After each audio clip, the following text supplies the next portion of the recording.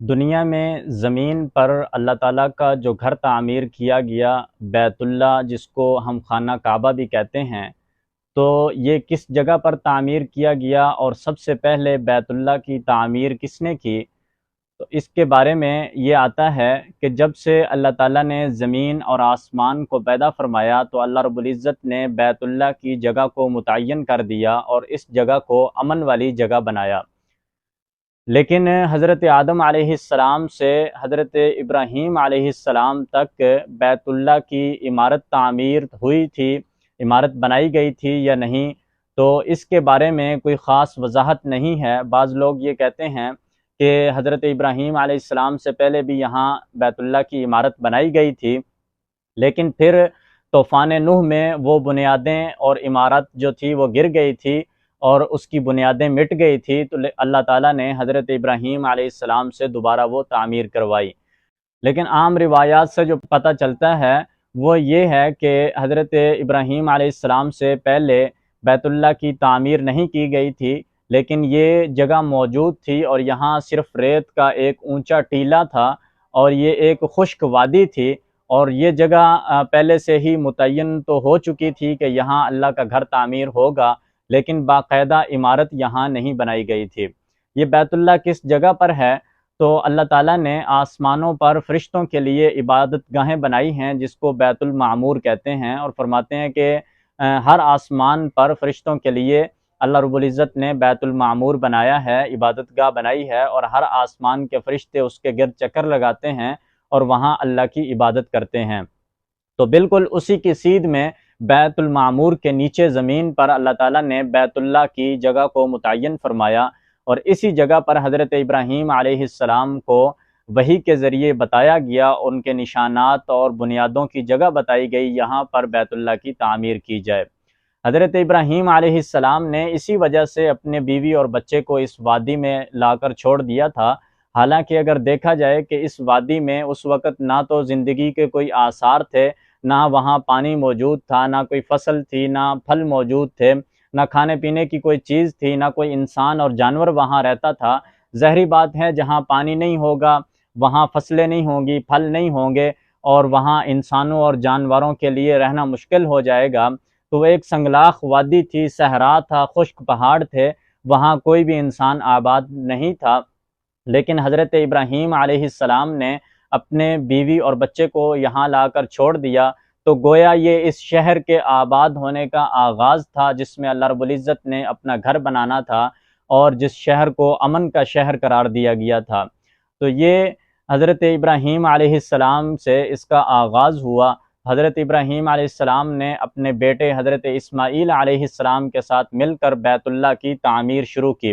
قرآن پاک کہتا ہے وَإِذْ يَرْفَعُ إِبْرَاهِيمُ الْقَوَاعِدَ مِنَ الْبَيْتِ وَإِسْمَاعِيلُ رَبَّنَا تَقَبَّلْ مِنَّا إِنَّكَ أَنْتَ السَّمِيعُ الْعَلِيمُ۔ جب حضرت ابراہیم علیہ السلام اور حضرت اسماعیل علیہ السلام بیت اللہ کی بنیادوں کو اٹھا رہے تھے، تو اس وقت وہ دونوں اللہ تعالیٰ سے یہ دعا کر رہے تھے کہ اے اللہ ہماری اس خدمت کو اپنی بارگاہ میں قبول فرما، بے شک تو ہی سننے والا ہے اور تو ہی جاننے والا ہے۔ حضرت ابراہیم علیہ السلام نے جب بیت اللہ کو تعمیر کیا تو اللہ تعالیٰ سے دعائیں کی، وَإِذْ قَالَ إِبْرَاهِيمُ رَبِّ اجْعَلْ هَٰذَا الْبَلَدَ آمِنًا، کہ اے اللہ اس شہر کو امن والا شہر بنا، محترم بنا، قابل احترام بنا، اور اے اللہ یہاں کے رہنے والوں کو، یہاں کے بسنے والوں کو وسیع رزق عطا فرما، کثیر پھل عطا فرما۔ تو حضرت ابراہیم علیہ السلام نے ان کے لیے دنیا کی نعمتیں مانگی، اور اس کے ساتھ ساتھ حضرت ابراہیم علیہ السلام نے آخرت کے لیے بھی ان کی نعمتیں مانگی۔ ربنا وجعلنا مسلمین لک ومن ذریتنا،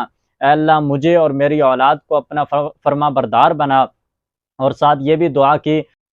ربنا وابعث فیہم رسولا منہم یتلو علیہم آیاتک ویعلمہم الکتاب والحکمت ویزکیہم، کہ اے اللہ ان میں ایک ایسا رسول مبعوث فرما جو خالص انہی میں سے ہو، اسی قوم میں سے ہو، اور انہی کی خالص زبان کو جانتا ہو، فصیح اور بلیغ زبان والا ہو، جو ان کو کتاب کا علم سکھائے، جو ان کو حکمت کی باتیں سکھائے، جو ان کو کفر اور شرک سے، گناہوں سے پاک کر دے۔ تو اللہ رب العزت نے حضرت ابراہیم علیہ السلام کی دعاؤں کو قبول فرمایا، اور اس شہر کو امن والا شہر قرار دیا گیا، اور یہاں کے رہنے والوں کے لیے اللہ تعالیٰ نے بے شمار پھل اور رزق عطا کیے۔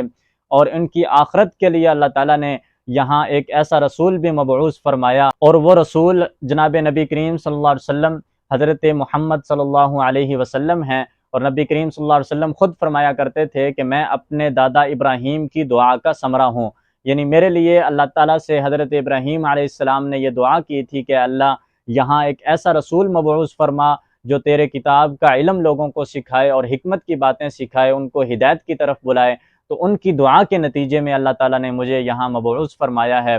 تو میں اپنے دادا ابراہیم کی دعاؤں کا ثمرہ ہوں۔ تو اللہ تعالیٰ نے حضرت ابراہیم علیہ السلام کی قربانیوں کو، ان کی آزمائشوں کو، امتحانات کو قبول کیا اور ان کی خدمت کو قبول کیا، اور اس کے نتیجے میں بے شمار انعامات کیے کہ حضرت ابراہیم علیہ السلام کو اور ان کی اولاد کو تمام انسانوں کے لیے رہنما بنایا،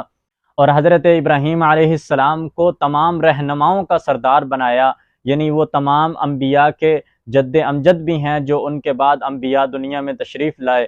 اور اسی طرح حضرت ابراہیم علیہ السلام کو یہ نعمتیں بھی عطا کیں کہ وہاں کے لوگوں کو پھل اور وسیع رزق عطا کیا، اس شہر کو امن والا بنایا، اور اس کے نتیجے میں، دعا کے نتیجے میں، نبی کریم صلی اللہ علیہ وسلم کو بھی وہاں مبعوث فرمایا۔ حضرت ابراہیم علیہ السلام جب بیت اللہ کی تعمیر فرما رہے تھے تو جب آپ نے اس کی دیواروں کو اپنے قد سے اونچا کیا تو پھر حضرت اسماعیل علیہ السلام نے ایک پتھر لا کر آپ کو دیا جس پر آپ کھڑے ہو کر مزید دیواروں کو اونچا کرتے تھے، تو وہ پتھر پر حضرت ابراہیم علیہ السلام کے قدموں کے نشانات موجود تھے، اور نبی کریم صلی اللہ علیہ وسلم کے زمانے تک اس پر وہ نشان موجود رہے، اور اللہ تعالیٰ نے اس مقام کو بھی عظمت اور عزت والا بنایا۔ وَاتَّخِذُوا مِن مَّقَامِ إِبْرَاهِيمَ مُصَلًّى، اللہ تعالیٰ نے فرمایا کہ مقام ابراہیم کو نماز کی جگہ بنائیں۔ اور اس کے بارے میں یہ آتا ہے کہ حضرت عمر رضی اللہ تعالی عنہ نے نبی کریم صلی اللہ علیہ وسلم کے سامنے یہ خواہش ظاہر کی کہ یا رسول اللہ، میرا جی چاہتا ہے کہ ہم مقام ابراہیم کے پاس نماز پڑھا کریں، یعنی نفل نماز پڑھا کریں۔ تو اللہ رب العزت نے حضرت عمر رضی اللہ تعالی عنہ کی خواہش کے مطابق قرآن پاک میں مقام ابراہیم کو نماز کی جگہ بنانے کا حکم فرمایا۔ یہ حضرت عمر رضی اللہ تعالی عنہ کی فضیلت ہے کہ قرآن میں کئی مقامات پر حضرت عمر رضی اللہ تعالی عنہ کی رائے اور مشورے کے مطابق اللہ تعالیٰ نے حکم نازل فرمایا۔ تو اس مقام کو اللہ تعالیٰ نے نماز کی جگہ بنا دیا، اور یہ بھی لکھتے ہیں کہ پہلے یہ جو پتھر تھا یہ بیت اللہ کی دیوار کے بالکل متصل تھا، پھر نبی کریم صلی اللہ علیہ وسلم نے یا حضرت عمر رضی اللہ تعالی عنہ کے زمانہ میں اس پتھر کو بیت اللہ سے دور کر دیا گیا، اس لیے کہ اس مقام ابراہیم کے پاس نماز پڑھنے والوں کی وجہ سے بیت اللہ کے گرد جو لوگ طواف کرتے ہیں ان کو مشقت نہ ہو اور کسی پریشانی کا سامنا نہ کرنا پڑے، ان کے لیے وہاں کوئی رکاوٹ نہ ہو۔ بیت اللہ کو حضرت ابراہیم علیہ السلام نے جس طرح تعمیر کیا تھا، نبی کریم صلی اللہ علیہ وسلم کے زمانے تک اسی طرح وہ بنیادیں موجود رہیں، وہ عمارت موجود رہی، لیکن پھر قریش نے بیت اللہ کی از سر نو تعمیر کی، اور اس میں یہ بھی آتا ہے کہ قریش نے یہ اعلان کیا کہ بیت اللہ کی تعمیر کے لیے ہر شخص اپنے حلال مال میں سے پیسے جمع کروائے، مال جمع کروائے، یعنی جس کے پاس سودی کاروبار کا مال ہے یا کسی بھی ناجائز طریقے سے حرام کمائی کے ذریعے سے مال ہے تو وہ مال بیت اللہ کے چندے میں جمع نہ کروائے، بلکہ اس کے لیے ایسا مال جمع کرے جو اس کی حلال کمائی کا ہو، محنت کا ہو اور پاکیزہ مال ہو، چونکہ یہ اللہ کا گھر ہے اور اللہ کی عبادت کے لیے اس کو تعمیر کیا جا رہا ہے۔ دیکھیں، یہ مشرکین تھے جو کافر تھے، تو ان کا عقیدہ اور نظریہ یہ تھا کہ اللہ کے گھر کے لیے خالص حلال مال ہونا چاہیے۔ آج ہمارے مسلمان حرام کمائی کا مال مسجدوں میں بھی دیتے ہیں، حرام کمائی سے، حرام کے ذریعے سے کمایا گیا مال صدقہ اور خیرات بھی کرتے ہیں، ایک طرف سودی کاروبار کو نہیں چھوڑتے، سودی کاروبار کے ذریعے مال حاصل کرتے ہیں، پھر اسی مال کو صدقے اور خیرات میں بھی دیتے ہیں، اور یہ سمجھتے ہیں کہ یہ ہماری نجات کا ذریعہ ہے۔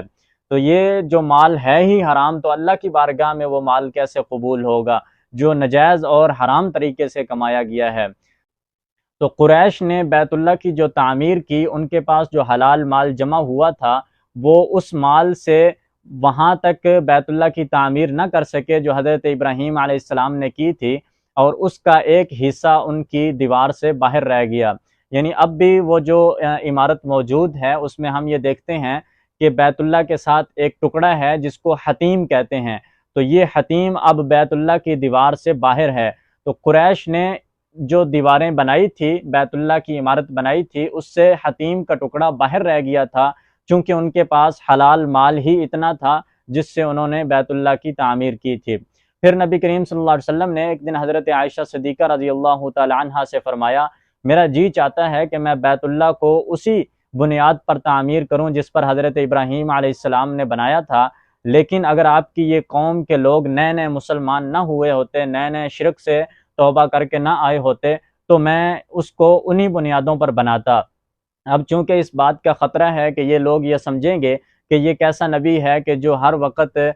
مختلف چیزوں میں، عبادت گاہوں میں تبدیلیاں کرتا رہتا ہے۔ کبھی پہلے چونکہ بیت المقدس قبلہ تھا مسلمانوں کا، پھر نبی کریم صلی اللہ علیہ وسلم نے فرمایا کہ اللہ کا حکم ہے کہ بیت اللہ کو قبلہ بنایا جائے، تو اس پر بھی بہت سارے منافقین اور مشرکین نے اعتراضات کیے تھے۔ تو نبی کریم صلی اللہ علیہ وسلم نے فرمایا کہ میں اب یہ نہیں چاہتا کہ یہ قوم دوبارہ ایک فساد مچائے کہ آپ نے بیت اللہ کی بھی عمارت کو تبدیل کر دیا ہے۔ تو نبی کریم صلی اللہ علیہ وسلم نے بیت اللہ کی عمارت کو اسی طرح چھوڑ دیا۔ پھر حضرت عبداللہ ابن زبیر کی جب حکومت آئی مکہ مکرمہ میں، تو انہوں نے اپنی خالہ حضرت عائشہ سے جو روایت سنی تھی، اس کے مطابق انہوں نے بیت اللہ کی تعمیر کی،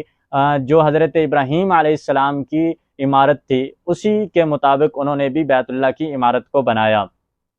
پھر حجاج بن یوسف نے 73 ہجری میں جب عبداللہ ابن زبیر کو شہید کر دیا، تو اس کی دشمنی اور عداوت میں حجاج بن یوسف نے بیت اللہ کی دیواروں کو گرا کر دوبارہ انہی بنیادوں پر رکھا جس پر قریش نے بنایا تھا، اور حتیم کو باہر چھوڑ دیا۔ اور وہ یہ سوچتا تھا کہ شاید عبداللہ ابن زبیر نے اپنی رائے سے بیت اللہ کی عمارت کو تبدیل کیا تھا، لیکن جب انہیں بعد میں اس بات کا اندازہ ہوا کہ حضرت عبداللہ ابن زبیر نے اپنی خالہ سے وہ روایت سنی تھی، نبی کریم صلی اللہ علیہ وسلم کا ارشاد سنا تھا جس کے مطابق انہوں نے بیت اللہ کو تعمیر کیا تھا، تو اس پر انہیں بڑا افسوس ہوا۔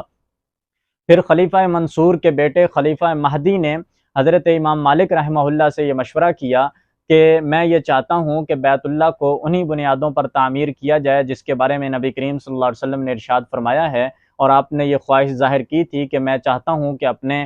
دادا ابراہیم علیہ السلام کی بنیادوں کے مطابق بیت اللہ کو تعمیر کروں، لیکن نبی کریم صلی اللہ علیہ وسلم نے فساد کی وجہ سے کہ اس سے فتنہ اور فساد پیدا نہ ہو، ان جگہوں پر عمارت کو تعمیر نہیں کیا تھا۔ پھر حضرت عبداللہ ابن زبیر نے ان بنیادوں کو دوبارہ تعمیر کیا تھا، لیکن حجاج بن یوسف نے گرا دیا تھا۔ تو اب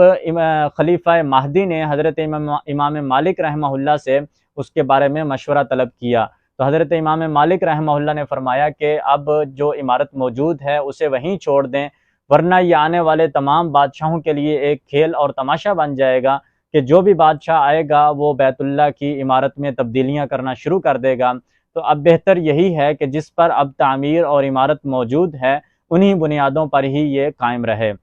تو اب بیت اللہ کی جو موجودہ صورتحال ہے، جو موجودہ عمارت ہے ہمارے سامنے، یہ وہی ہے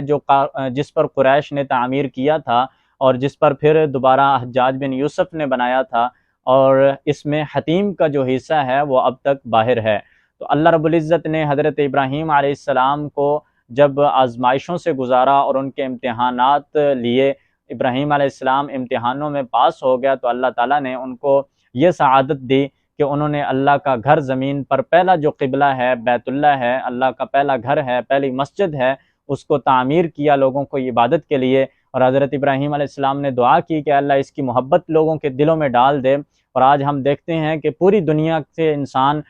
دنیا کے کونے کونے سے بیت اللہ کی زیارت کے لیے کھینچے چلے آتے ہیں اس کی محبت میں، اور اللہ نے ان کو بے شمار رزق بھی عطا کیا۔ تو یہ حضرت ابراہیم علیہ السلام کی دعاؤں کا نتیجہ ہے۔ اور سب سے بڑی نعمت جو حضرت ابراہیم علیہ السلام کو اللہ تعالیٰ نے عطا کی